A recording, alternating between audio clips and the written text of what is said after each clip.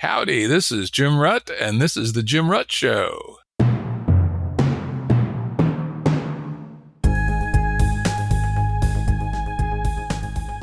Listeners have asked us to provide pointers to some of the resources we talk about on the show. We now have links to books and articles referenced in recent podcasts that are available on our website. We also offer full transcripts. Go to jimruttshow.com. That's jimruttshow.com. Today's guests are Zak Stein and Marc Gafni. Zak's a writer, educator, and futurist working to bring us a greater sense of sanity and justice to education. Marc is a philosopher, writer, and former rabbi, and together, Marc and Zak are co-presidents for the Center for World Philosophy and Religion. Welcome, Marc and Zak. Yo. Good to be here. Zak's been on the show lots of times, and both Marc and Zak have written books, believe it or not. And as always, there'll be links to previous appearances and books on the episode page at jimruttshow.com. Today we're going to talk about a new book, Exit the Silicon Maze, Volume 1, which I believe, correct me if I'm wrong, guys, is going to be published under the pseudonym of David J. Temple. We're also going to reference the previous book they wrote. I think Ken Wilber helped you guys on this. Or hurt you, I don't know, whichever. First Principles and First Values. I went through and read it in part and scanned it in part and such, and there's a fair number of places in the Silicon Maze that refer back to it, so I went and checked. Alrighty, well, we're going to do something a little different on this episode. First time in 425 episodes, I'm going to invoke the Game B protocol called Rule Omega, which I think was invented by Jordan Hall or Daniel Schmachtenberger or one of them guys, and used from time to time in Game B world. And the idea is when you're talking to somebody that you think is smart and in good faith, and I'll give these two guys credit in advance for those two things, and you think you have a fundamental disagreement with them, slow down. Don't just assume you have a disagreement and start a big old fight. Give them the benefit of the doubt. Listen for the signal in the noise, if there is noise. Ask questions and try to work for constructive interpretations with them. See if maybe you can co-create and learn something together. Probe for deeper meaning. And while doing so, cultivate empathy and humility and honor the difficulty of the subject. So we're going to give this a try and see how we can do it. So the area I want to probe on, and either it's definitional or we have a huge disagreement about the nature of reality, or both, right, is the claim that you guys make that consciousness and attention in particular are woven into the fabric of the universe. Tell me what the hell you mean by that. Sure. One thing, Jim, before we jump in, just David J. Temple, that gentleman that you cited, he is a form of collective authorship of myself and Zak and Ken. And so David is writing a whole series of books, and the idea is to kind of recreate this notion of collective authorship as a kind of both important literary form and almost kind of political form. It's not about one author making a claim. It's about a broader, kind of moves. That's David J. Temple. That's kind of cool. I like that. For me, it's like a band name. It's like a band name where you've got a band, you can change guitarists and drummers, and at what point is it still the Red Hot Chili Peppers or not? And so David J. Temple has that vibe. So the many books that will be authored will have rotating authorship with Zak and Marc as core, but then other people brought in. And so these first canonical set are involving Ken and us. So on attention, so it goes, Jim, to kind of a very basic question, which is kind of how we understand reality in general, right? Which we may have a kind of foundational disagreement on. Actually, as we were talking to our mutual friend, Alexander Bard, who we all expected to come in and be swinging fists in the first, couple of minutes. But it turned out that if we avoided kind of superficial, either theological or materialist simplifications, and we just talked in the kind of phenomenological realm, that there was actually an enormous amount we had in common. There was actually much more shared language than we thought.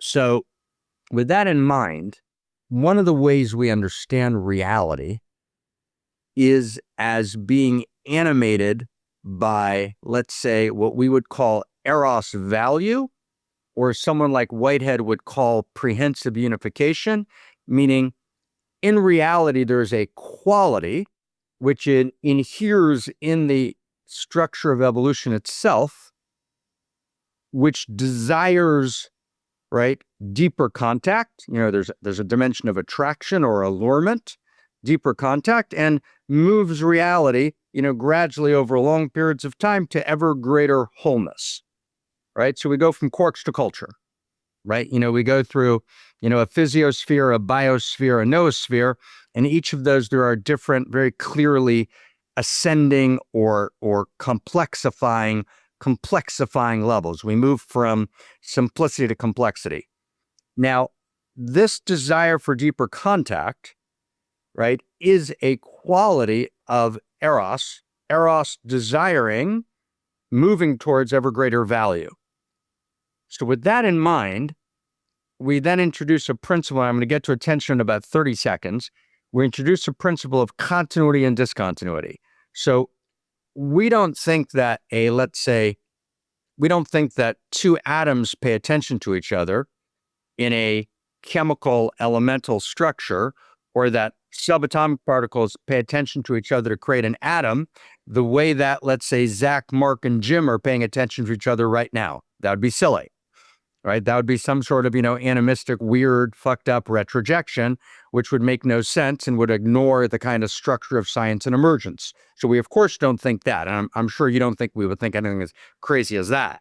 Yeah, hence why I want to evoke rule omega. I figure there's probably more to it than was on the surface, right? But what we do think is that there's what we call a principle of continuity and discontinuity.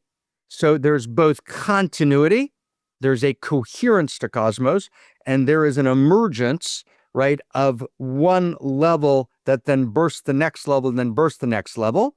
And there is a meaningful way in which we can talk about value and first principles and first values, including attention, right, that operates both in the world of matter and in the world of biology, right, and in the self-reflective human world. So the notion that eros is the placing of attention, and that attention itself blooms reality. There's a turning towards, there's a desire for contact. There is a quality of, let's say, two subatomic particles. So let's say we're 380,000 years after the Big Bang, and all of a sudden, you've got this electron floating there, and you've got the nuclei, you've got the proton and the neutron, and there's this kind of profound and strange allurement between them. Our friend Howard, who calls himself a stone-cold atheist, Howard Bloom, Howard describes in lyrical scientific detail, this moment of the electron and the proton-neutron coming together, and then there's this insane emergent called an atom. And the atom is, as we all know, the atom is not just, it's not three quarks up and down, proton or neutron, right? It's some entirely new emergent, this kind of crazy fairy dust of science. So the electron and the nuclei, they're in some sense placing attention on each other, not in a first-person Jim Rutt sense, right? But in the sense that Richard Feynman or, let's say, Stuart Coffin might talk about when they talk about the sense of a kind of proto-interiority, or what Whitehead meant when he talked about a proto-prehension, right, that goes all the way down. There's a kind of an aliveness, there's a turning towards, that turning towards, or that placing of attention, then blooms a new emergent. So that's what we mean by this quality of attention, just to kind of begin the conversation, just to kind of get a sense of what we mean. And we think that that attention is fundamentally discontinuous on the one hand, and fundamentally continuous on the other hand, right? There's continuity and discontinuity kind of all the way up and all the way down the chain. And that, maybe last sentence, and that different schools of thought fundamentally make category errors in either overemphasizing continuity, which becomes preposterous, but then if you overemphasize discontinuity, it also becomes non-coherent. So there's this very finely calibrated dialectical movement, right, between continuity and discontinuity, something like that, just to open the conversation, Z. I mean, it's a good place to start. The Whiteheadian tradition is one that is kind of known in the discourse, and so Marc references that. But it's a fairly long-standing view, which it's usually the debate is about how far down to push it. And this is where Ken, when we were in the co-writing here, Ken was one of the people who was really questioning the use of this language down below certain levels, whereas we're trying to say, well, we want to push it down as far as we can, knowing that there's a reason to do that. So it's worth mentioning, gravity, allurement. What's the difference between those two terms, right?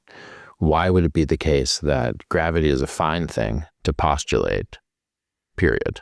Just postulate it. There's nothing behind gravity, right?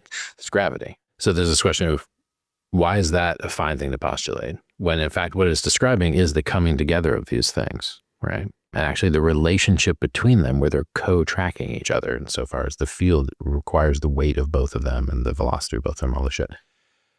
So what we're doing here, and this is maybe to the root of the matter, is intentionally trying to redescribe and reread science in a way that allows for the human not to feel like an alien within the universe. Because scientific language has been crafted intentionally against the prior worldviews, which did try to say, hey, we're at home in the universe. Like, it's okay to think the animals are our ancestors and are like us, right?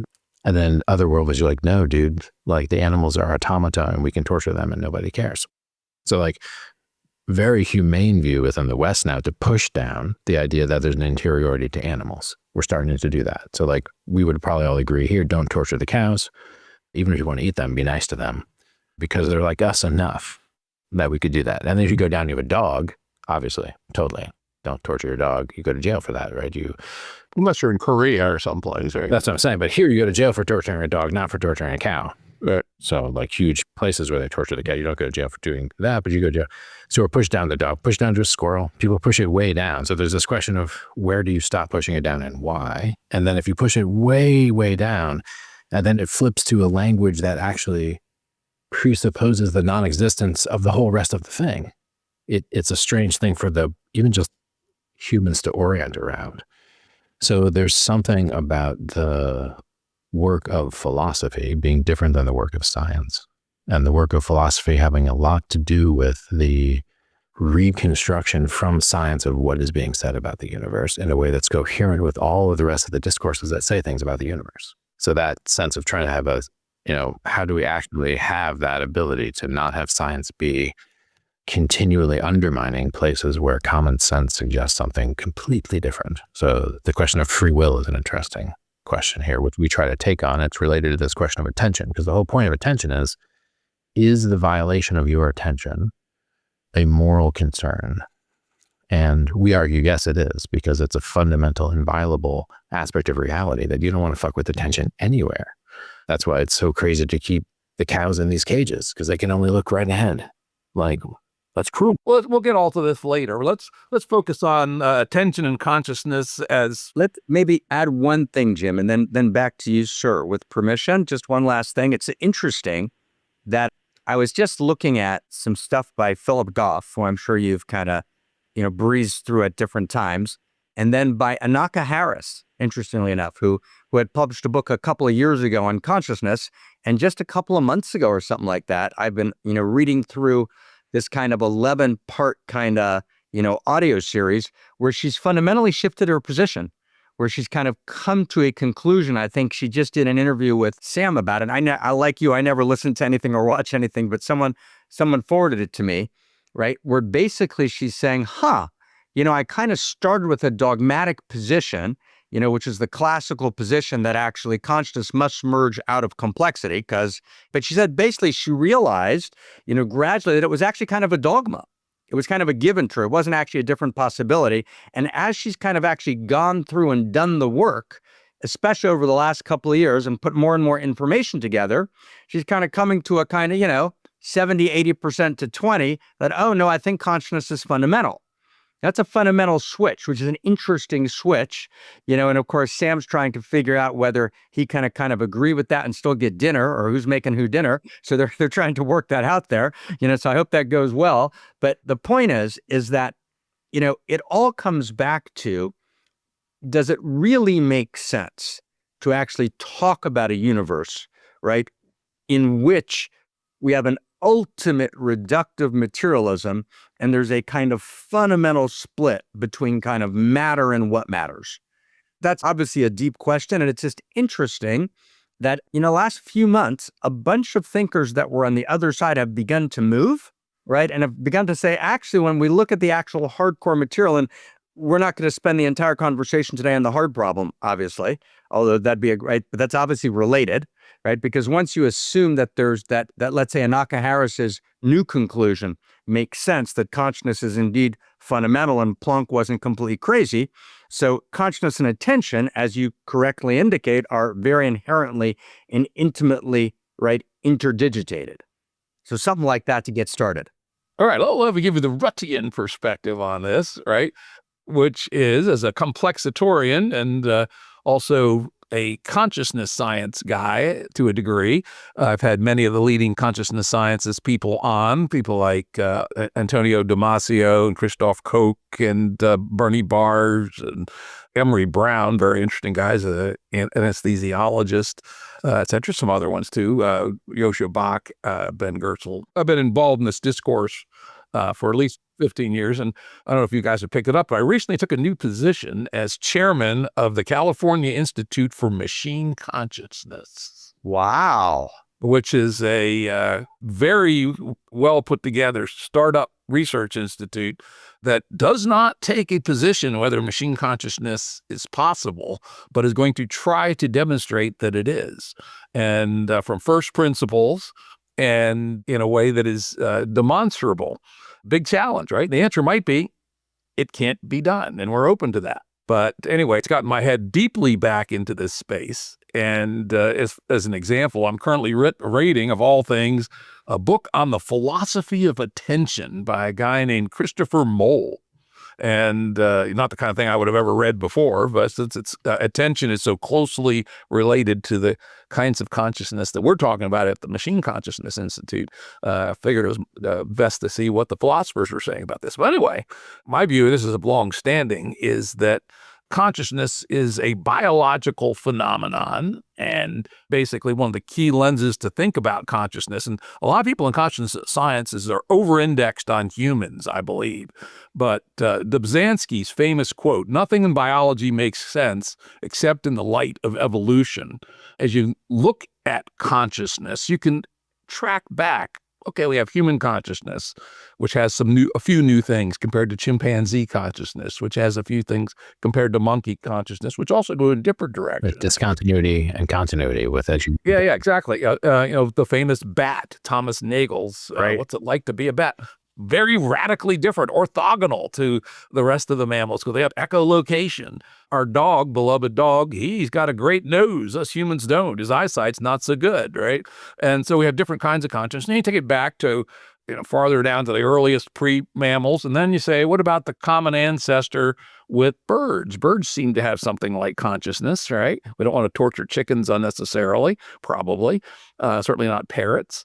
And so you go, amphibian. And there's actually been a fair bit of work on amphibians, and they seem to have a very rudimentary conscious scene, right? And they seem to have a very rudimentary attention mechanism.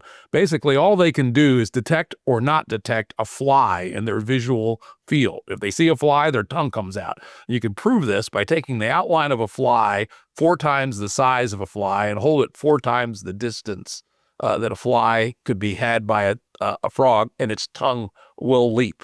So from this school of thought, at least, we would suggest that consciousness as we experience it, or anything even vaguely like it, is a strictly biological phenomenon. Some people argue it goes all further back, all the way back to insects. Some people say to fish, etc., but no further than that. And that attention, at least in the meaning I would use it in, and Christopher Mole would use it in, is part of the process of consciousness. Consciousness, again, in this view, is not a thing. I can't put my finger on it and say, "Oh, there's your consciousness." I like to use John Searle's comparison, which he compared consciousness to digestion. I can't say, "Hey, Mark, there's your digestion right there." No, it's your tongue, it's your esophagus, your stomach, your appendix, all that shit. And then, in fact, the Rutt corollary to Searle's comment about digestion and consciousness is, yeah, the end result's often the same. Yeah, yeah, right? When I think of consciousness and attention, that's what I think. Go down to the other end, the minimal viable metaphysics, which I've been working on for a year or so now, basically says there is a lawful realm, small, at a minimum, the forces of nature and the physical constants. And then there's emergence, and emergence stuff very close to the four physical laws, like, for instance, the great example you gave of the days when the universe became transparent, when the ions became atoms, was like a first order emergence from the four physical laws. And then molecules formed, which were also pretty close. But as you get further and further away from that, it becomes more and more contingent. For instance, galaxies had to do with random fluctuations, we think, in the very, very early universe. Whether there was actually a singularity or not, don't know. But certainly appears the universe was very dense and very hot in the very beginning. But there appears to have been some non-homogeneity, which led to galaxies, which then led into one of the most important emergences was stars, right? Without stars, we wouldn't be here. We are stardust, as some rock and roll song said. I forget which one, right? And Joni Mitchell. That's right, Joni Mitchell. The sun is now thought to be either a third or fourth generation star, where the material ejected by supernova or red giants gets reaggregated, recycled by the evolving galaxy, and stars that have higher concentrations of metals and silicon and stuff end up with planets like Earth. Probably not possible. Certainly not possible for the first generation stars. Doubtful for the second. And so all those things kind of are series of emergence. Our mutual friend Alexander Bard has created terminology which I really like. He calls them emergence vectors, right? They're branching continuously. Big Bang, galaxies, all different branches, different galaxies with different statistical attributes, have lots of stars, and the stars vary quite a lot based on a number of things. And then various things happen in the stars. They have planetary systems. And then one weird planet out in a suburb of the Milky Way, something strange happened, or at least we think it might be strange. We're not sure. Life came. Life is very different than non-life in that it, especially the kind of life that we are. I call it Luca life. We are, every one of us, including the fungi in your backyard, the pigeons shitting on your car. We're all descendants from a single microorganism, probably something like either an archaea or a bacteria, about 3.5 billion years ago, plus or minus. And every single living thing today has not failed to reproduce. I always find this a staggering thought. Every single piece of life is this very odd contingency that your parents never failed to reproduce for 3.5 billion years. And the graph of the things that could have happened and didn't is way larger than the graph of things that did, which being us. But anyway, it's kind of a long metaphorical and scientific story. But somewhere along the line of this emergence in this particular neighborhood of the Milky Way, life got to be more complicated. It went from prokaryotic to eukaryotic. Then it went to various forms of multicellular, more than one as it turned out. But one of those was very pusient, the one around the Cambrian explosion, which combined multicellularity with neurons, which were actually invented slightly earlier by evolution. And that led to this explosion of competition through predator and prey, where the first mobile predators came along. Rudimentary consciousness and pre-consciousness turned out to be a competitive advantage. Keep in mind, nothing makes sense except in the story of evolution. So this process had to pay for itself in evolutionary terms if it was going to be fixed for as long as it's been. And so anyway, when I speak of consciousness, I speak of this thing. Now, of course, because I'm also interested in machine consciousness, and this is also very subtle, I don't claim that machine consciousness anywhere near day one is going to be anything like animal consciousness. Searle has another excellent analogy, which I like, which is back to our digestion story. In the drug world and pharma and some parts of the chemical industry, there's a technology called digesters, which big stainless steel tanks put raw materials in, microorganisms, acid and heat, very similar very rough sketch to what's going on in your digestive system. And it takes raw chemicals and turns them into higher value chemicals. And they call it a digester. And yet it's different in every kind of material, every kind of process than is animal digestion. And I suspect the very first machine consciousnesses, if we are capable of creating them, may be that different from an animal consciousness. But if we're smart and figure out what are the attributes of consciousness, and I argue that there's two. One has to do with access consciousness. And then the second part, and this is probably the part more interesting to you guys, is the phenomenal aspects of consciousness, that it is something to be that thing. And that phenomenology is the thing that really matters. And I think when we get to the rest of your story, actually, whether consciousness actually comes in the fabric of the universe or came through this evolutionary history at some specific point in time, to my mind, the payoff is phenomenology. When something is around that can be, that has a sense of itself, that can have emotions, can suffer pain, etc., that we're in a different route. Right. It's worth maybe saying a couple of things and then teasy just one, for different things. One, we can't talk about evolution without allurement, without attraction, right? And that's the quality of attraction, whether it's, electromagnetic or gravitational, whether it's, the four forces are plays, if you will, of attraction and repulsion, or what we might also call as kind of proto-vectors of autonomy and communion.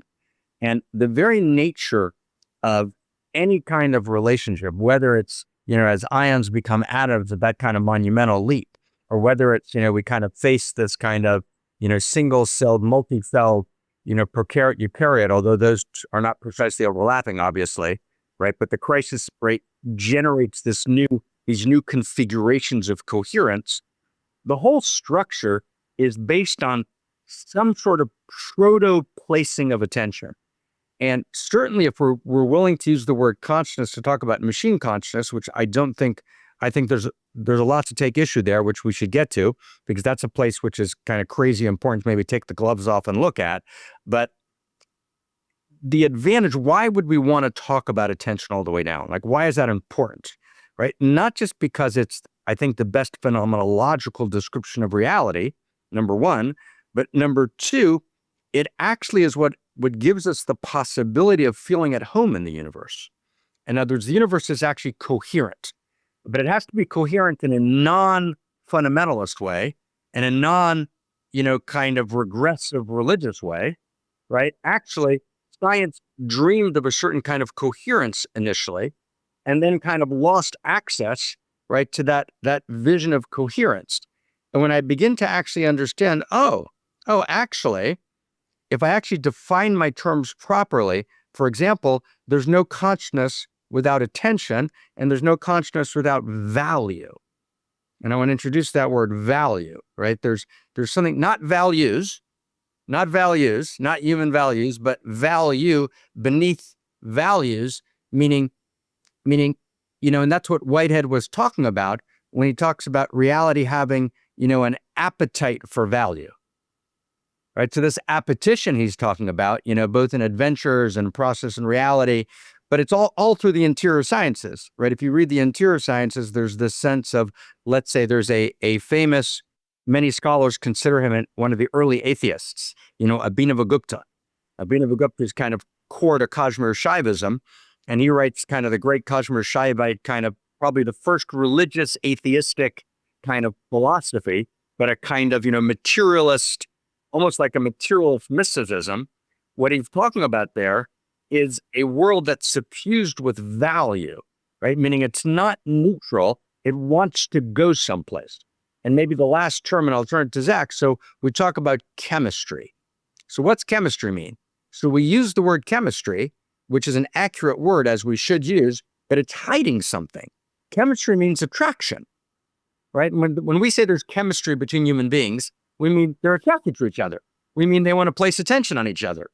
And yet somehow science accurately describes early reality as being chemical. It's a chemical universe, but we hide the fact that actually chemistry implies phenomenologically, scientifically, empirically, attraction, allurement, the placing of attention.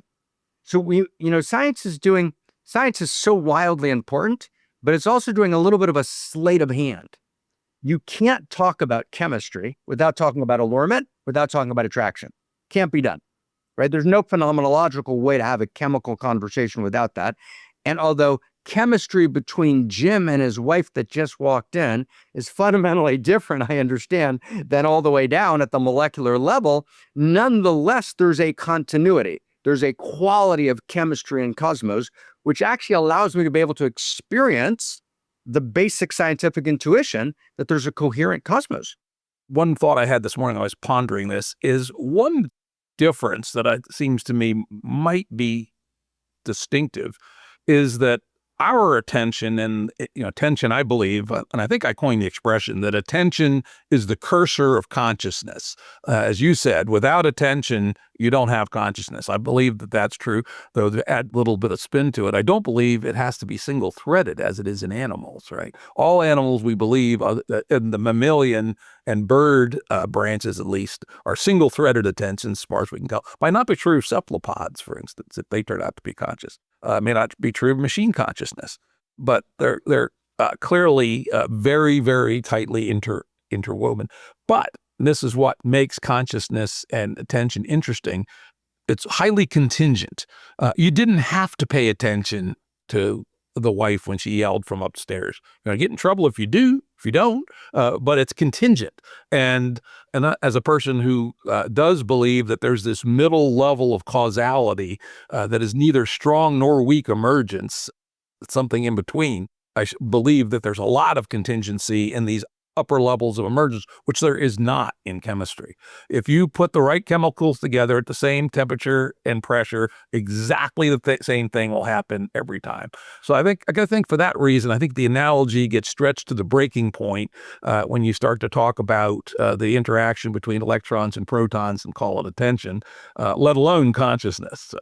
And this is kind of our point, because we're talking about people like Alex Pentland and B.F. Skinner. And Skinner and Pentland are basically saying, no, Jim, the rules of chemistry and physics apply all the way up to social systems. That in fact, we could engineer social systems as precisely as you can engineer a chemical reaction. Obviously horseshit, right? Obviously horseshit, but based on actually, strangely enough, a materialistic reading of the same type of continuity, discontinuity dynamic that we're looking at here, which is to say that they are, instead of us pushing things all the way down, they are pushing what's down there all the way up. I think you're both wrong. That's an easy one, right? Their mistake is so obvious, right? Which is, I call it naive Newtonism, right? And I can give you one quick phrase that just proves it's utter horseshit, which is deterministic chaos, no magic necessary, right? The universe is uncalculable in any realistic term. You don't even have to go into Turing's halting problem or Gödel's incompleteness theorem. Even if you assume neither of those is true, the fact is you can't calculate anything, right, about complex systems. One of the things, the main thing you get from being a complex systems student is a huge sense of humility about how little we're ever going to know about all this sort of stuff. Totally. And yet the designs to replace politics with the science of behavior control predicated upon a metaphysics that's reductive still move forward. So the argument is that just an epistemological mistake or also an ethical mistake? It's certainly an epistemological mistake, and it's probably an ethical mistake at all. So with this, I think we've probably reached the end of a useful conversation, at least within the context of the other things we want to cover. So let's just talk just for a second, though, about contingency and design, because I think it's just a word that, so without going into, without double clicking on, 6 scientific, pieces of information, let's just talk about it in the, what we call the anthrontological sense, meaning the immediate direct access that you have to the nature of things. So I'll give you just a 10-second example on, it may well be true about your podcast, but so I'm thinking just off the top of my head of a person that I have studied with for the last 12, 13 years. And we've done, a meeting once a week of kind of, deep dive, intellectual exploration conversation. We've never planned the meetings, ever. There's never been a plan. There's never been a design, right? But actually, post facto, at the end of each meeting, we started in 2009, were kind of blown the fuck away by how elegant and gorgeous and coherent, the strains were, much like you must experience in the podcast. So on the one hand, there's no design, right? On the other hand, this enormous coherence emerges, and there's obviously radical contingency, right? And choices being made, all through the entire process. So the split between contingency and design is actually phenomenologically, in part, a false split, right? Now, the way we're understanding first principles and first values is as plot lines of cosmos that are inherent. And just like you have, mathematical value, and you have musical value, and you have molecular value, and you have metabolic value, right? And you have moral value, you can actually draw a line, which is a larger conversation between those. That's not just a semantic field, right? That's actually, there's something more essential in that larger field. And that these first principles and first values, right, actually, they guided my conversation with this person. We brought a shared field of value to the conversation, although we never explicated it. We never talked about it. It was just there.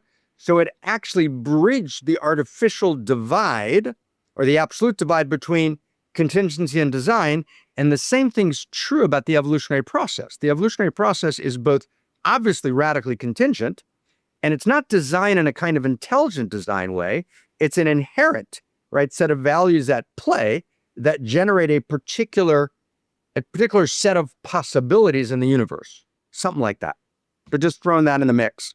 So it's in a mix. This is one of the deepest philosophical issues that you can discuss.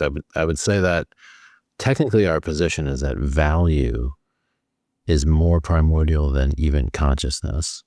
And this is also a position that you find, meaning you find elsewhere in the field. So this is McGilchrist's position, basically, metaphysically, is that no value, consciousness, more primordial, arguably, than space-time matter, right? And so there's a deep desire here to find a way to articulate these discontinuities in such a way that we don't confuse people into dismissing this view in a knee-jerk way. And so this is what McGilchrist was trying to do, what we're trying to do, what others are trying to do, to say, wait, to have a coherent cosmos that actually allows us to not make insane mistakes like treating people like they're chemistry experiments. How do we have a coherent field of language that allows us to speak of the continuities and discontinuities?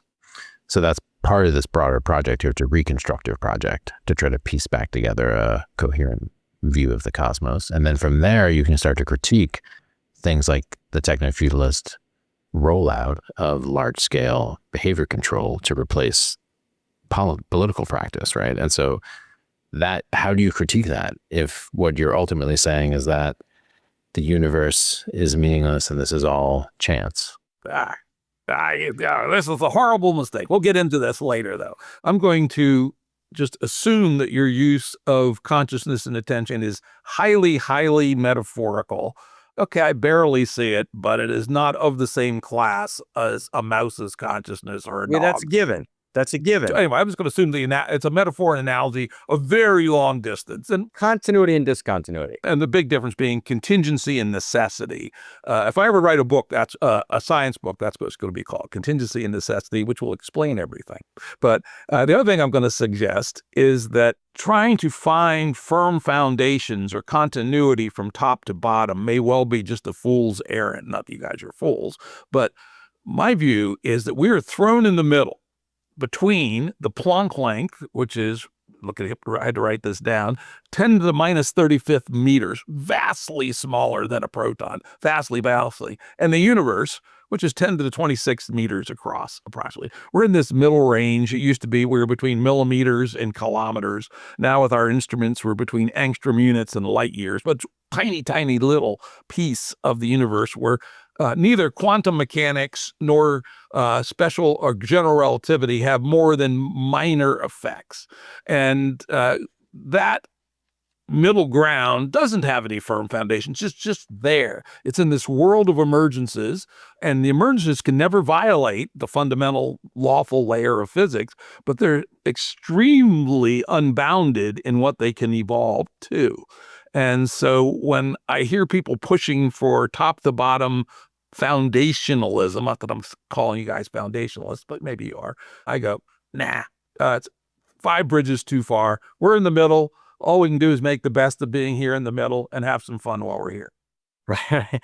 It does go to and it's a broader conversation, and we will follow you here in this, omega unfolding, but it does go to a certain anthropological question, right? In other words, if we locate ourselves in the space-time continuum as, let's use your word, the foundational reality, then your description is phenomenologically, empirically, scientifically accurate. But if I locate myself in the realization, let's say, we would hold, the interior sciences would hold, Peirce would hold, Whitehead would hold, our friend McGilchrist would hold, etc. And by the way, Alexander, when you catch him at the implications of what he's saying, I think actually shares, interestingly, he can express it in both ways, that actually value is primordial. It's not co-primordial with space and time, but actually space and time emerge, right, in the context of a field of value. Right. And that field of value is the innate intrinsic field of reality, out of which, in this particular moment, as you described it, right, this particular, manifestation, kind of emerges in the way that it does. But space and time emerge out of the field of value and not conversely. Now, from the perspective of the eye of value, if we would kind of empirically, we'd have an eye of the senses and we'd have an eye of the mind, and we'd have an eye of value, or what Ian calls valueception. We came up with those terms independently, but valueception, or what we call the eye of value, my actual experience is not, hey, let's just have a good time. Right. And actually, I would actually argue that phenomenologically, ethically, Jim Rutt has not lived his life that way. I actually listened to a couple of your podcasts before, and I never listened to podcasts. First of all, I had a blast. But 2, right, you were radically principled, arguing passionately for truth, taking hard-ass, clear, motherfucker stands in a beautiful way, right? So you weren't just having fun. You were standing for in a wildly passionate, and I apologize, but beautiful way for a kind of vision of the universe and a kind of clarity. And there was actually, again, I apologize again, insincerely, but there was a moral sense, right, to your argument. Like, you were outraged by bullshit things. There's like, that's a violation. That's not just like a mistake. It's not just an offense to my fun. That's fucking nonsense. Stop that. Don't do that. So there's a fabric, an anthropological fabric of it fucking mattering, right, which comes out of the field of value, which is primordial to space and time. So the notion that, okay, let's just hang out and have some fun in this kind of weird space in between is actually not the experience that you live with every day.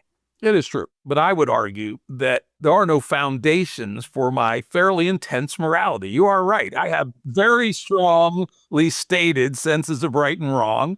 And under the right circumstances, I'm willing to kill people about it. Right. Isn't that crazy, though?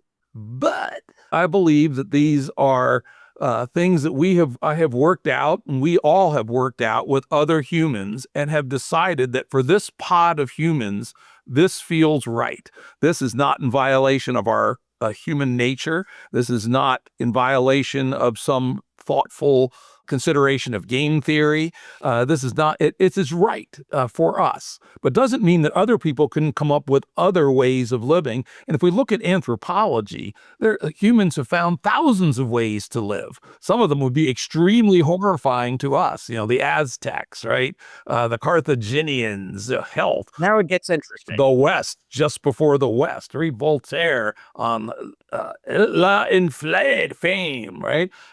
We all have horrific predecessors, and some of it was great, some was terrible.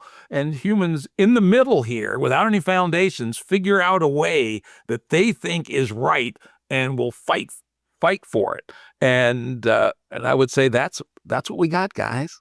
I would counter by just thinking about the work of Lawrence Kohlberg, right, the great moral developmentalist, because what was implied in that was that the learning that takes place when you are morally socialized is not arbitrary. Just like the learning that takes place when you are in a sensory motor situation, you're learning how gravity works and you're learning how to circumnavigate a 3-dimensional space and all of that kind of stuff. That's not arbitrary. And when we have a conversation with someone who's like throwing a football or building a bridge, and we debate about whether it's faster or slower in terms of it's being thrown or the bridge will stand or not bridge. We don't see that as an arbitrary conversation. We actually see that as a conversation tied into something that's universal. I mean, that bridge would fall down anywhere. Any culture would say that was a slower pass than this dude's pass who threw it much faster. So the underlying assumption here is that there's a realm in which humans have done a tremendous amount of work and actually made progress and understanding in relation to a reality that resists misinterpretation. This is my view. I'm a moral realist. This was Kohlberg's view. He ended up being a moral universalist, arguing against the anthropologists who said the anthropological evidence suggests moral relativism. He said, actually, that's not true. You guys are just too stupid to see the underlying universal thing that is actually occurring, right? Nothing personal. And so this is the issue with the moral realist claim, is that all of the psychological evidence, if you run it right, suggests that this is a reality that resists misinterpretation in the same way physical realities resist misinterpretation, except that the field is not obviously visible physically. The field is one that is interpersonal, right? So for example, lying to the people who depend upon you and who you depend upon, which is to say lying to your family, is pretty universally not accepted. Now, why is that the case? Why would that be true? That lying to your family is wrong. It's true. Not my opinion around here, and it happens to work for us around here that we build a bridge this way. I know this actually is a bridge that will stand. I'm saying this is the comparison. So I'm saying, if you want to go to the mat and say that whole domain of human learning, both at the individual and the cultural level, is a ultimately arbitrary conversation, but this other stuff, sciencey stuff, which gives us the max length and all of that stuff, the max, like whatever that is, like, oh yeah, but do we know that more than we know that lying is wrong? I don't know, because I'm taking a scientist's opinion about all his measurement instruments and all of that with the max stuff. So if you're going to say that conversation, that's a non-arbitrary conversation, which is actually in some cases willing to say true in all fucking universes, is how the analytical philosophers think about it, right? That to me seems odd, to disqualify this entire realm of human learning as arbitrary. And as an educator, actually performatively a contradiction, meaning you can't actually teach kids to be morally socialized into a universe of norms that you say is ultimately arbitrary. This is postmodernism's problem. Well, of course, I did not say it's arbitrary. I said two things. One, it's constrained by human nature, and there is a human nature somewhere down underneath. Oh, shit. Wow. And second, I said it's constrained by game theory, essentially, right? So why do you not lie to your family? Because it decoheres your family. Your probability of successfully raising offspring goes down. And our good friend Darwin's Reaper makes sure that that's not a strategy that pays off. And that probably gets then reinforced in evolutionary biological terms so that we don't do that, or at least have a tendency not to do that. Go to the first one, though, but just notice, just in this phenomenological moment, you couldn't just do it on game theory. I'm just citing Jim Rutt, right? I'm a Jim Rutt citer, said, well, actually, there is human nature, and somewhere deep down, right? And now put that together with what Zak was talking about, when actually there is a process of gradual clarification where we begin to understand something of a shared field of value, right? And it just stay with me just for 10 seconds. Right, so I'll just give you a sentence.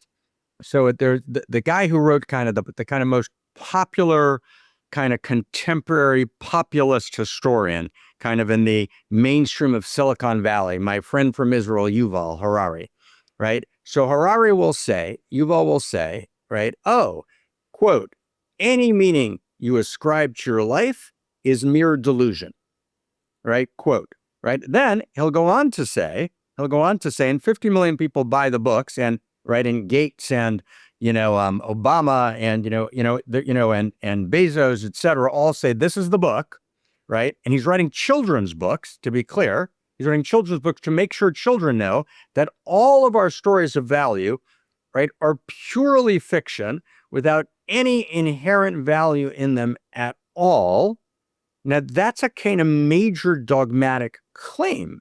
Right? Now, what he's right about is that there's lots of bullshit stories of value, right, that need to be rejected. There's lots of fictions. We all agree on that. The question, though, is there, right, and even a guy like Sam Harris, who's kind of done his against faith thing, is in the last year or so, right? Kind of saying, actually, as he's talking to Anaka and they're trying to have dinner, is saying, actually, there is a shared deeper truth. Because he's actually realizing that you can't actually cohere society or educate your children, but not just on a game theory level, and a sense of your own coherence of yourself. So I would just put the following proposition on the table. Either Jim Rutt's description of himself is accurate, right? Meaning he would totally kill, right, for what he actually understands to be, right, ethical value, but it's completely made up, meaning he's batshit crazy motherfucker. Or my view of Jim Rutt, which is that actually he has a deep sense of epistemic humility. He refuses to overclaim. He correctly lambasts and rejects, as Voltaire did, the cruelties of the insane pre-modern religions. And yet he has an embodied sense anthropologically that actually there's some shit worth standing for. And you've got to draw that line. And that's an expression of noble Jim Rutt. So I go for noble Jim Rutt. You go for batshit crazy Jim Rutt. Take your choice. No, I don't think necessarily batshit crazy. I said the Jim Rutt that's willing to kill comes from values that I've adopted from my family, from my neighborhood, from people I've worked with, and no doubt significantly informed by the fact that I'm basically a killer ape wearing clothes. Right. So this is the human nature aspect. And this is a funny little business story. I've mentored lots of young business people over the years, and a very 23-year-old person going for their first fairly high stakes business meeting, they come back and go, Jim, I didn't understand a fucking thing that was going on there. That was the weirdest thing I've ever been to in my life. And I go, next time you go to a high stakes business meeting, just put the following lens on. Imagine all the people around the table as apes wearing clothes. It'll make 100% sense. And they inevitably come back and go, holy fuck, what a powerful lens, right? And so you can't forget the fact that we are apes, and fairly vicious killer apes at that. And that's and this is everything makes sense only in terms of evolution. We're 1.5% away from an extremely nasty species, the chimpanzee, and about the same distance from a somewhat less nasty species called the bonobos. And so it's no surprising that we have this agitata about ourselves, especially when we add all these new linguistic, semantic, syntactic layers, which these guys didn't have. And we don't know what the hell to do with it. We're just making this shit up as we go, the best we can together as clans and as families and as groups and as companies.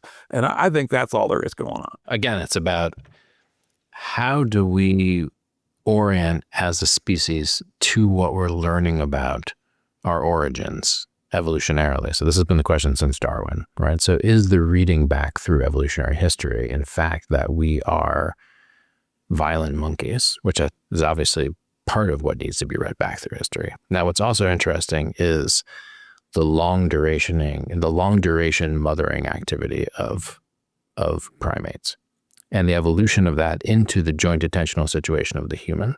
And then in the context of that, the evolution of value. So the question is, yeah, we inherited crazy stuff from monkeys, but we also inherited this thing which David Attenborough usually doesn't focus on because it doesn't read into the dog-eat-dog narrative, but a whole bunch of what's called cost signaling.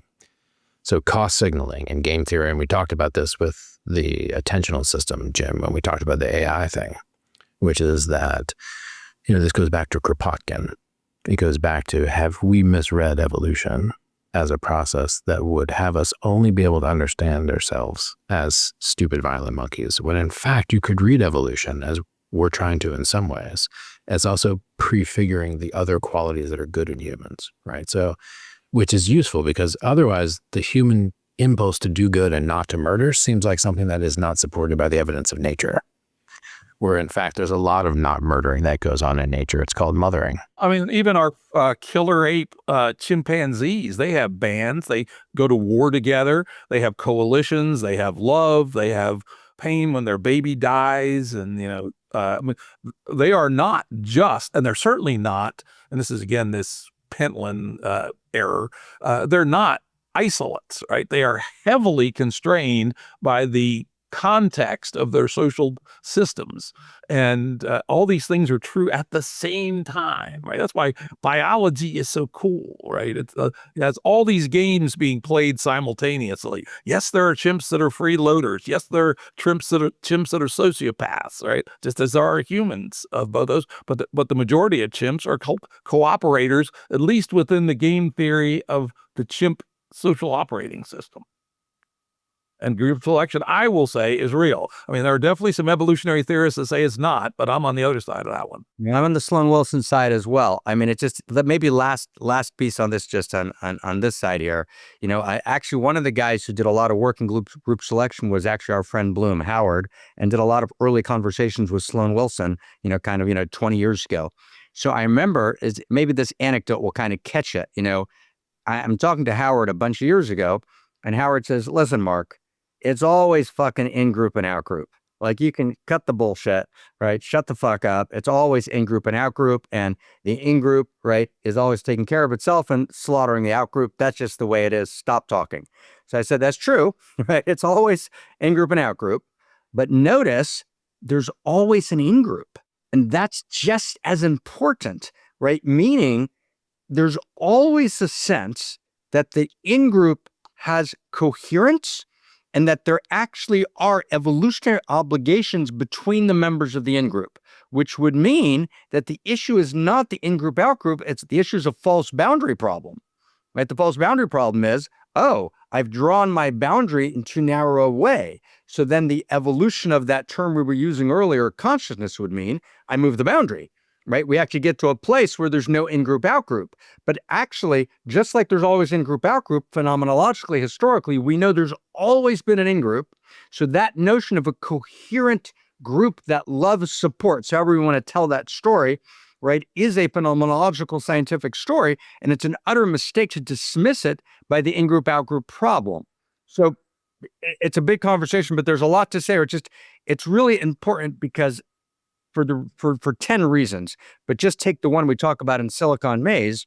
When you make the materialist, we're just having fun here view, right? We get sadly to insane Skinnerian and Pentlandian conclusions, which actually violate the empirical reality of this contingent, self-reflective human that clearly is not subject to social engineering.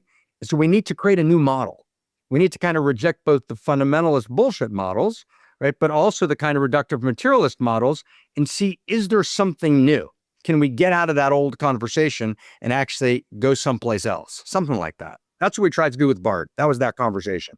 Yeah, and I would argue, if you think about, again, the very moments in that fictional scene back on the savannah when the Homo sapien kind of emerges, and there's a bunch of other kind of bipedal, like cerebrated things with big brains, but the Homo sapiens started to do this specific thing, which is this long duration joint attentional situation with the youth in particular, right? This is related to fire and a few other things. And what they're doing is they're telling stories eventually. First, functional for use in the hunt, but what you're also doing is clarifying value, I would argue, because we're expanding the tribe. Eventually the tribes get really big and we do this urbanization thing. And that has to do, to Harare's point, the ability of us to share attention about a particular story and to refine our understanding of why is this valuable? Why is this way of doing the hunt better than that way of doing the hunt, right? All of the instantiation of ritual, what Habermas calls the sacred complex, is about clarifying value. More than clarifying the state of the world objectively. We don't tell some of the hunting stories about where to go find them, but a lot of it is, what do you do with the meat when you come back, right? And as we know from anthropology, a lot of it is frozen accidents. The famous story of the woman who does this, that, the other thing while she makes pancakes. And then her daughter says, well, why did you do all that? Well, I just, you used to have to watch me one day when I did that. And then it got passed on as a family tradition. That's not normally how I do it. Exactly. So there's that sense of like what's called the ratcheting effect, where the value is passed on, the value of use of technology, value of use of ritual. The value's passed on, and then it's improved. The value's evolved by the next generation. Or randomly drift. Or get worse. Or both. All the above, right? But the goal of the culture is to evolve it. Like the goal of the culture is, and let's make our culture progressively worse. It's either to maintain it, to preserve it, which is we found something valuable, keep it, which is the default position, Chesterfield's fence or whatever it is. But then the other one is, oh, if we're going to change it, we want to make it better. So there's this question of collaboration in the evolution of values. So when we speak of universal value, and we speak of first principles, first value, it's always as evolving over biological and cultural time. And so that notion of like love, monkeys love, you said it, Jim, I didn't say it. I would say they do something else, but they love, right? And so we love in a way different way. And the way modern humans love is different than the way, let's say, cave people, humans, right. If you would, however you want to, whatever the right term is, like very, very, very ancient man. And then of course, humans will love differently in the future than we love now. Even with digital intimacy, it's completely different. So there's a very complex evolution of love that, has been part of. Be able to firmly not get entrenched in any of the kind of modern kind of re-entrenchments of the old religion. That's dangerous and fucked up. But we also need to equally avoid the kind of glib dogmatism, right, of not of science. Science is awesome, but of this kind of reductive scientism that is kind of doing sleight of hand moves and is actually being anti-empirical and non-phenomenological, right? There's something new that has to emerge. And that's both an existential need in terms of the meta crisis, right? I mean, what I've been talking to Daniel about for the last decade is we're just not, when we talk about superstructure, we say infrastructure is not going to get us there and social structure won't get us there, as important as they are. We need actually a new story of value, which is not on the menu now. We can't, right? We literally need to cook new food, which is a new emergence, which is precisely what we mean by cultural evolution in that best sense. And that's the order of the day. And that's batshit crazy exciting, actually. I mean, I wouldn't see us as critiquing science. I would see us as critiquing nihilism. And it's just that those two have been cozy since science emerged. Well, I do also think you guys are rightly critiquing what I call naive Newtonism, right? Which most of us nerds fell into when we were 13 or 14, and the smarter ones of us got out of it by the time we were 17 and 18 and started understanding things like quantum mechanics and relativity, and then later complexity and systems dynamics, etc. But an awful lot of people who, I don't know if they're just bad scientists or what, but they could even have scientific careers and remain naive Newtonists, though not very many physicists do that, like zero, right? Some social scientists who just have a kind of a weak understanding of the physical sciences will sometimes fall into that category.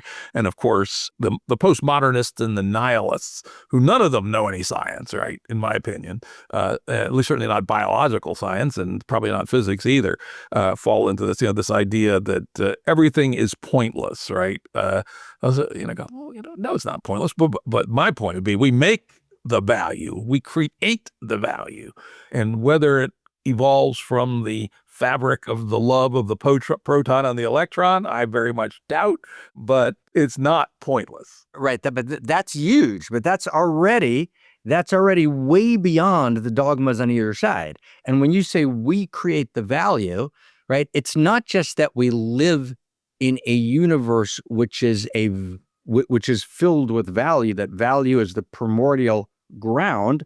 We don't just live in that universe lives in us. Right. So in other words, obviously, the notion that we live in evolution is absurd scientifically. Right. It all lives in us. Right. So every muon, proton, lepton, hadron, the whole thing, molecular, right, macromolecular. And then so I'll give you one example. Let's take biology, kind of, which is clearly, a place that we've touched on. So if you read, and I'm sure you guys have probably had him on the show a bunch of times. I actually don't know him, but I've read him. He's great, Kaufman.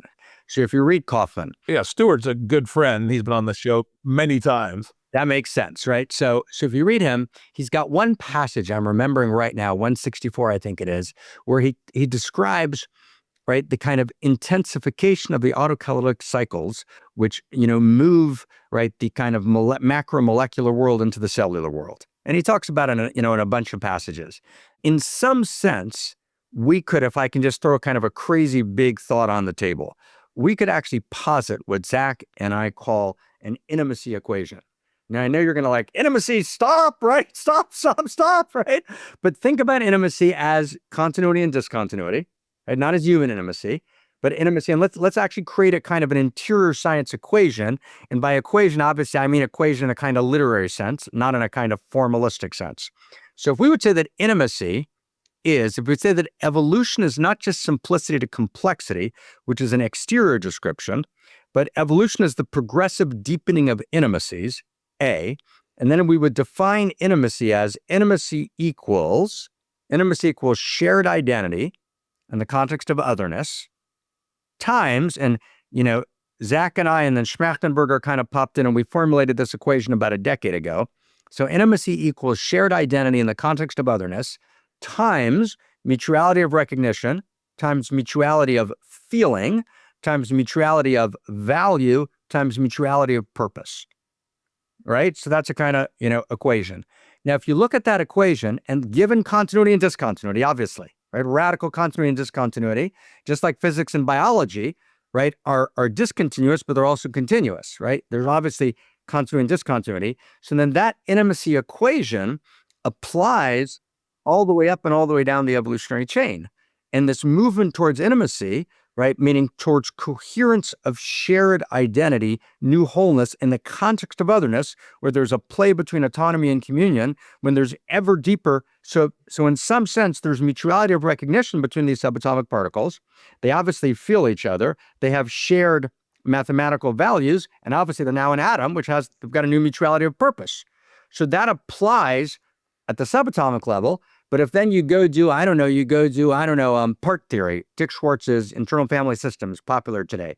So, internal family systems is, you've got all these sub-personalities.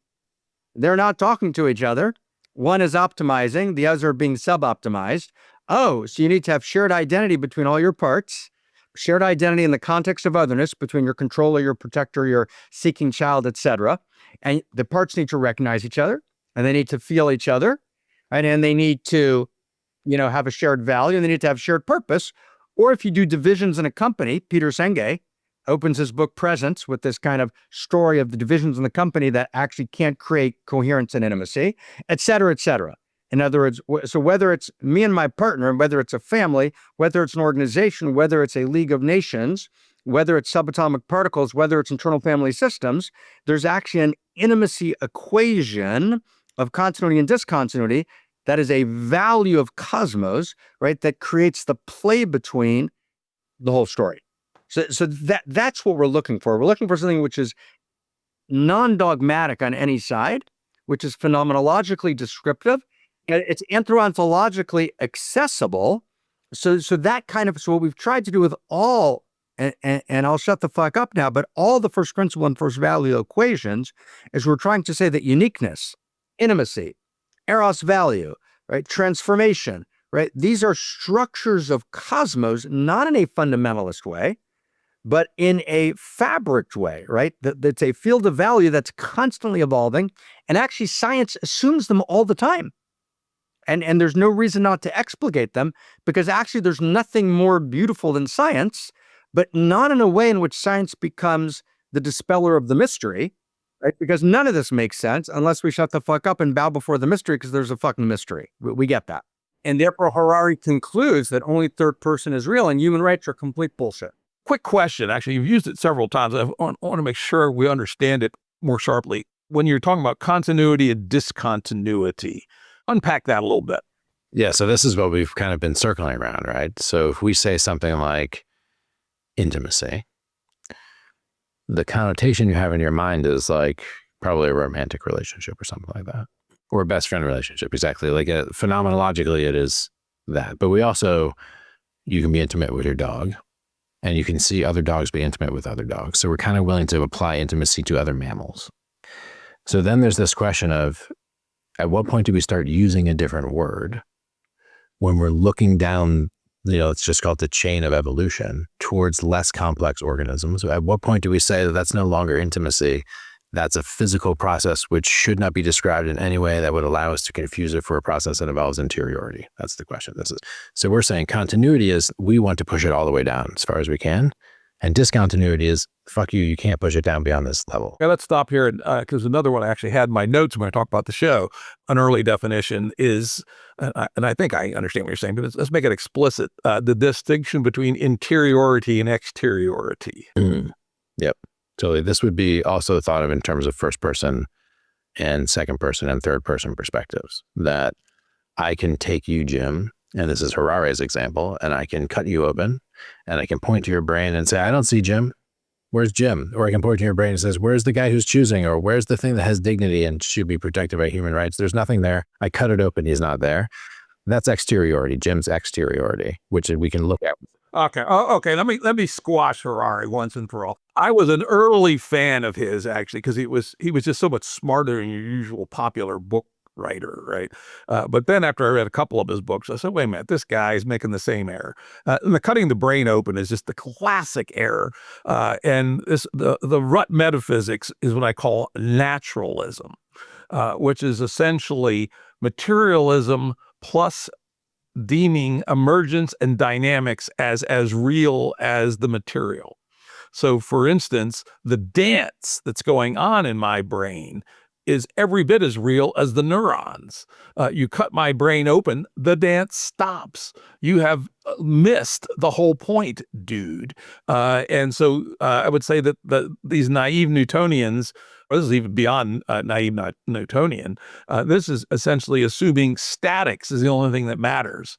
The actual atoms, where they sit at a given point in time, is the only thing that matters. That the stupidest thing ever said by a smart person, Laplace, who said, give me the positions of all atoms in the universe and their vectors, and I can predict all of history backward and forward, right? You can't, for a bunch of reasons.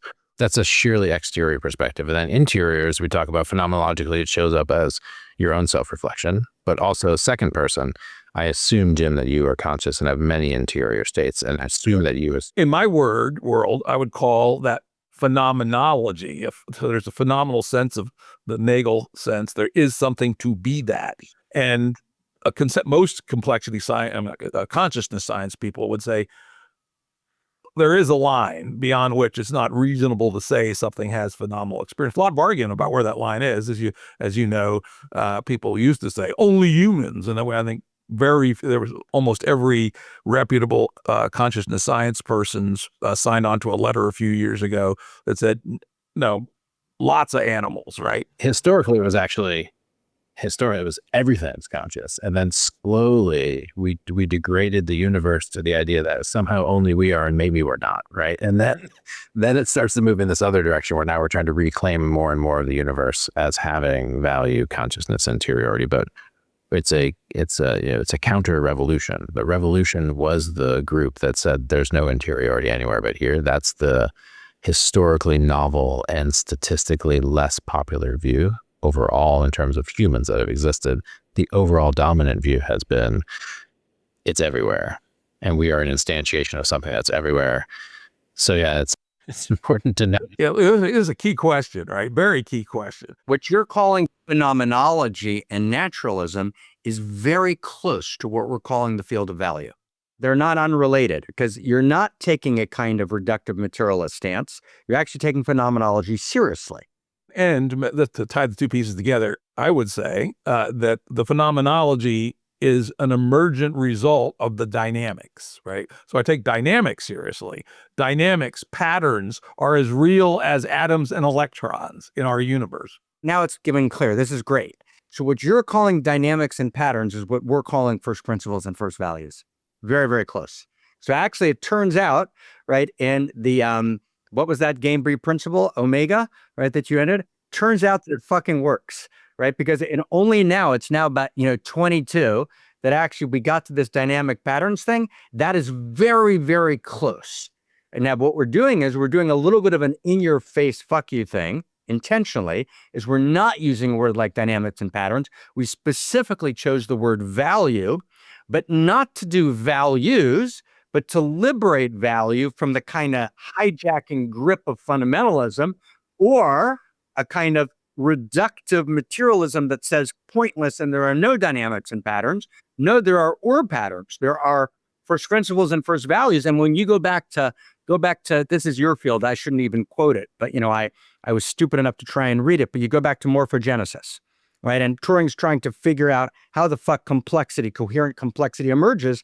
And if I could say it like an idiot, way out of my field, but there's simple first rules, right? And they iterate again and again and again and again, right? In some sense or form. So there's first principles and first values. There's dynamics and patterns, right? That are phenomenologically real. So all of a sudden, these two disparate positions were both rejecting the kind of dogmatic stances that live at the edges that actually dominate the mainstream of both religion and kind of a pointless reductive materialism. We're both saying there's a third possibility that actually is empirically far more accurate. I mean, that's interesting, I think. I would add also that from our perspective, one of the things we're doing is clarifying that what's sometimes called selection theory at the high end of evolutionary theory is a value theory. So if there are designs and patterns that have existed in the universe for a very long time, they have been selected for. Right. And insofar they've been selected for, they have been deemed to be of value by the universe itself. I'm not saying that the universe chose some white-haired God, this is good, this is bad. But I am saying that the continuity of certain things, the first principles and first values, is a reason that integrity, both in its physical sense and then up and into the social and interpersonal dynamical sense, that there's a continuity here that it's always been selected for. And now this is where I can push back maybe a little harder, which is that I think we both understand the concept of emergence, I think, right? That the universe started relatively simply and has added complexity, particularly in the presence of non-equilibrium systems, right? This perigogene and the dissipative systems as perhaps the fuel that has grown complexity as the universe has aged. With, as far as we know, the human brain is probably the most complex thing in the universe. It's estimated by actual quantitative complexity science people that the complexity of a single human brain is greater than all the stars in the Milky Way galaxy, or at least on the same order of. So this is the other interesting thing. I just went back and confirmed this morning, is the energy dissipation of a human brain per pound is greater than the sun. Fuck. Isn't that interesting, right? So this is we've ratcheted a very, very, very long way. However, the other thing we know about emergence is that if emergence, if you take it seriously, which I do, is that in the layer beyond an emergence, a new set of rules apply. I try to avoid laws because they're not as precise as, say, the laws of physics or the strong force or the weak force. But, we can talk about things like group selection. You can't really talk about group selection of a bucket full of atoms. That just doesn't really apply. But when you get creatures that have social behavior, and most animals, by the way, do not have social behavior, right? Only a relatively small number have any significant amount of social behavior. Once you've reached the point of social behavior, then something like group selection would seem to be a logical result of that. And then, of course, whether it is or isn't is an empirical question. Then things like attraction in the romantic sense, and that's going to make it more explicit, the sexual sense, right? Sex didn't evolve instantly. Sex came along somewhere along the line. And once we had sex, suddenly the sexual attraction made sense. There was an emergence of this dynamic of X and Y that come together. And before that, the idea of sexual attraction literally made no sense because there was no sex. And so that's why I think you have to be very careful about pushing things down below the emergent level where they make any sense. No, but says this is that everything you said is absolutely right and limited, right? Which I think you'll agree with in 1 second. If not, you can shoot me, right? But don't kill me, right? But in other words, if you take, let's say, sex, so there's 12 billion years of fucking eros before there's any sex, right? In other words, you've got a cosmos driven by eros value, or Whitehead's prehensive unification, or whatever you want to call it. But you've got this movement that does move us, from quarks, all the way till we get to sexual differentiation. But sex doesn't just emerge; it's a unique disclosure, right, of a progressive deepening of intimacies. And then we get to a certain point where we need this new emergent, in order to generate new, Whitehead's creative advance of novelty, we need this new emergent. We've hit the wall, and now reality discloses sex. But sex isn't born in a vacuum. It's an expression, right, of this larger process that's at play. So I would say the universe doesn't call it forth, right? And this is, I think, hugely important, at least my perspective, is that the universe has a tendency towards more complexity when it's in out of equilibrium situations. For instance, the rate of emergence in interstellar space is very, very slow, close to zero. The growth of emergences on Earth in this perfect sweet spot that we are lucky enough to be in is pretty amazingly fast right now. And as these things happen, they happen, or they don't happen, and they aren't called into being by anything. Evolution, particularly in biology, and whether we even want to apply evolution to the prebiotic is another question. Sometimes I use the word unfolding there. It's unfolding. It's like evolution, and we don't know exactly how it's going to unfold, but it doesn't have copied information and then offspring that compete in some dynamic. So it's a different dynamic before life. But even when you get into life, these things aren't called forth. They happen, and then either they are useful or they're not by the iron sword of evolution plus luck. In the most modern thinkers of evolutionary theory, drift is always a huge thing. Stuff just happens, particularly when there's small numbers involved. This bunch would have been really fit, but they were really unlucky. A drought came and they all fucking starved. Oh, well, that's just the way evolution is. And so, I don't tend to think of a teleos beyond a weak vector towards more complexity when the situations are correct.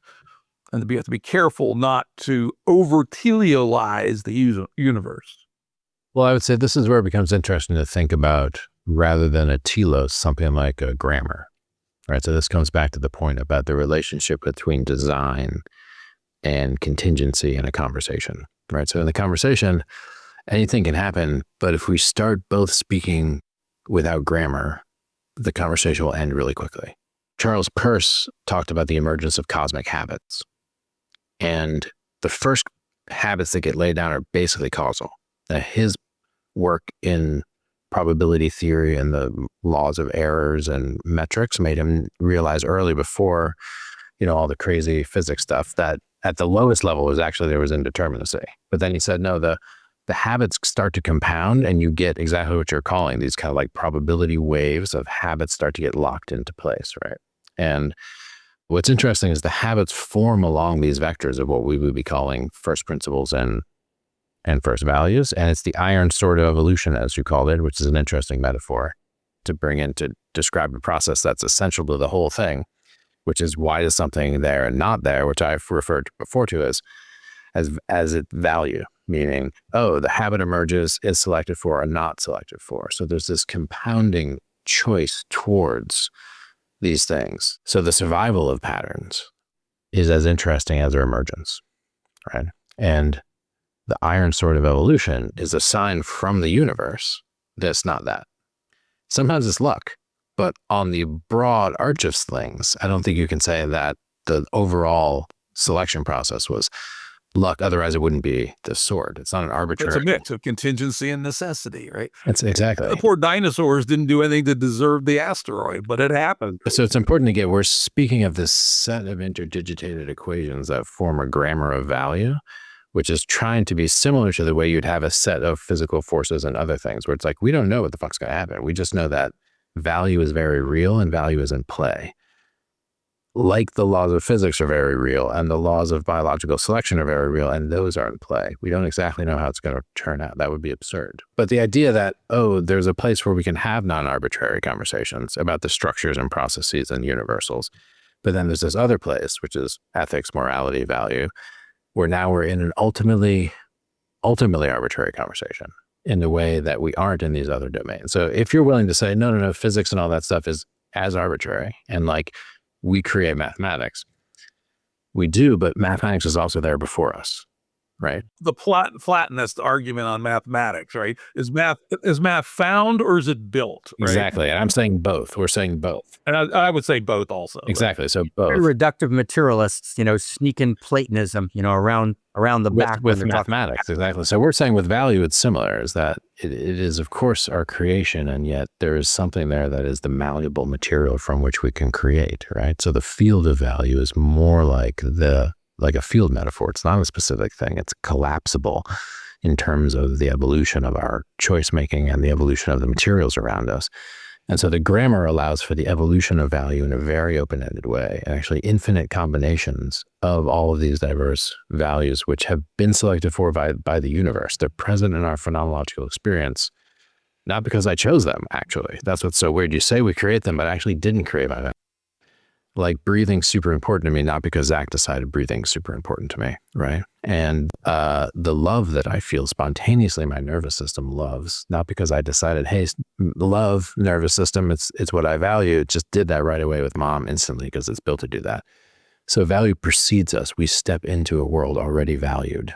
There's a trajectory, and wherever we are the inheritor of the trajectory that came before us. And that trajectory comes from inherent dynamics and patterns, to borrow your phrase, which we would call a universal and evolving grammar of value. And here, it's maybe worth it just to see, where did the value thing get fucked?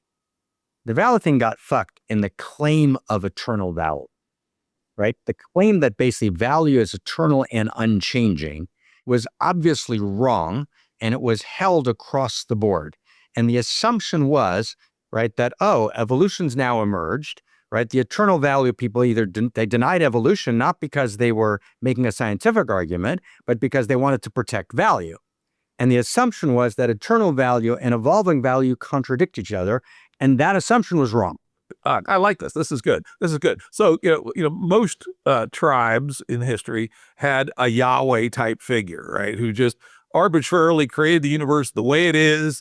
And there's consequences if you violate the rules he laid down.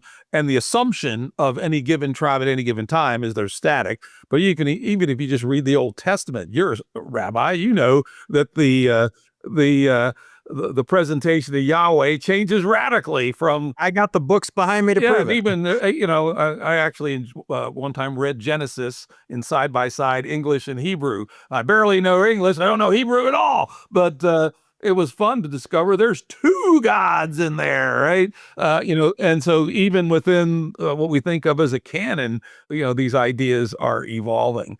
I like this. I mean, maybe we actually agree after all. But let me ask the question I wanted to ask before to see.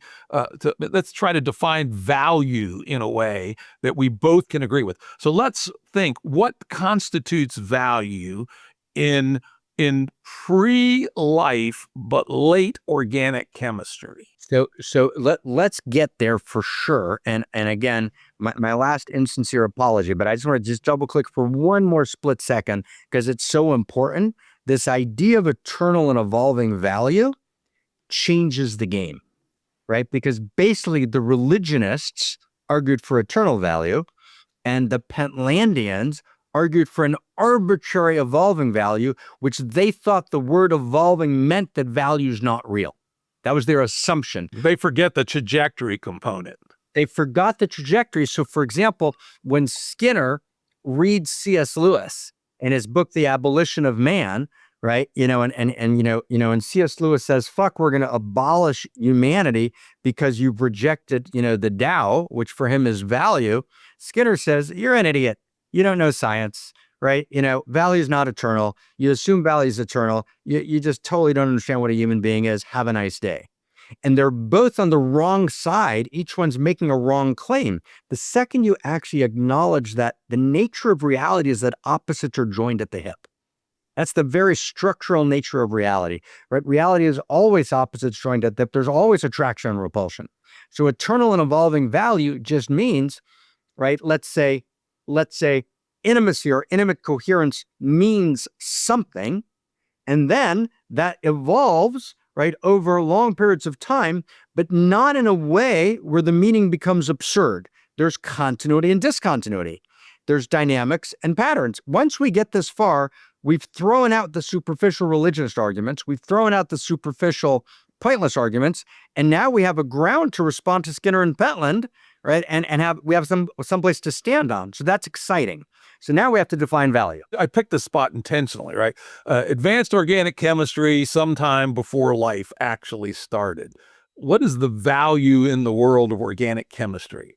It's a great question. So basically whatever gets fundamentally selected for, there is what shows the value that's implicit, right? So there are many, many, many possible chemical reactions.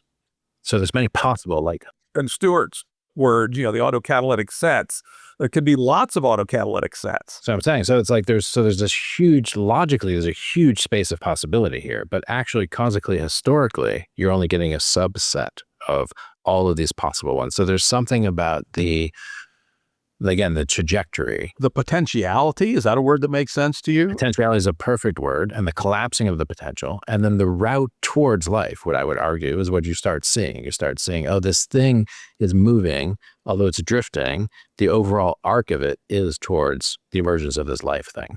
That's what's so odd. That's why Kaufman gets described as its teleology. It's like, well, it's not like the things in the future, like reaching back, making it happen. It's not that. It's that there's the first rules that get iterated, and the rules are pushing us in this direction. That they're revealing an implicit value, which is the value of life. And the reason why life is valued, because life more explicitly pursues value. So there's this weird circular thing. Does it much faster. Does much faster. Let's make another little distinction here. I would say that's, from the perspective of growing complexity, especially looking back, we can say that this organic chemistry was doing lots of searching, and at least one of the places that it searched led to life. We know that for a fact, right? One of the things we can actually say, we don't know how, but we know there was a biogenesis event at some point. What we don't know, well, actually we do know, we're pretty sure, that it could have been different, right? And there probably were other routes, and the first one that had sufficient puissance probably would have eaten all the other ones. At the most simple example that it could have been different, as you may well know, our life, Luca life, consists of right-handed sugar and left-handed DNA, nucleic acids, and they work together like this. The reverse would also work just as well.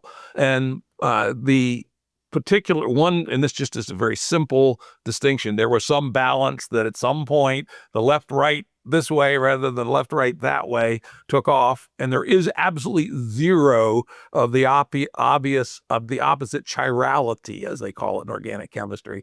And so that shows there's at least two ways, and I'm quite sure, and I think Stewart would agree with this, there was a large number of different routes that could have led to a biogenesis, but not an infinite number, or it's a constrained keyhole. It's a constraint keyhole that if you're going to have life on the other side, you got to get through a set of reactions that have the following attributes, but their attributes aren't tightly defined to be exactly like this. That's exactly what we mean by a field of value and a grammar of value. And if we double down on like this grammar of value, field of value, with this kind of constrained vector of emergent possibility, put it together with what Zak said, let's see if we can kind of get it down to like the most basic, simplistic, but second simplicity, not first simplicity terms. So you would say desire discloses value. But desire as a elemental structure of cosmos, right? Desire as that which emerges from the play of the four forces, right? Which are attraction, repulsion, allurement, autonomy, right? Which are vectors of desire. So desire at the foundational levels of cosmos, it's not like, do I desire to buy a red car or a blue car? It's foundational. So it's not choice, right? In the later sense, it's a foundational desire, just like attention is not just single, it's this attention field. So there's this field of desire, and that field of desire discloses value by its very nature. And it works that way kind of all the way up, right? Although there's continuity and discontinuity. But you could say that need, the structure of need, and this is, we're in the last second into a very much bigger conversation, but need and desire at the foundational levels of cosmos and the aspirational levels, the highest levels, are identical. In between, they diverge. But need and desire foundationally disclose value. They disclose a rightness of a kind of possibility, right? And that rightness to that kind of possible rightness, not as a moral term, right? It's a quality of rightness. There's a new quality possibility that has emerged, which has value. So an atom, right, has value. Now, all of this rightness actually moves towards life, right? There's this movement towards life, which is innate and inherent and structural to cosmos. Now, let's bracket heat death for a second. Let's because that'll take us a very interesting conversation, and that's an overplayed and entropy. That's a different conversation. But for now, we could say that the foundational structure of what Zak's calling selection only means desire, right? There's an inherent desire in reality, and Whitehead's appetition, right? The clarified appetite at the inherent structure of reality discloses value, right? That's just true.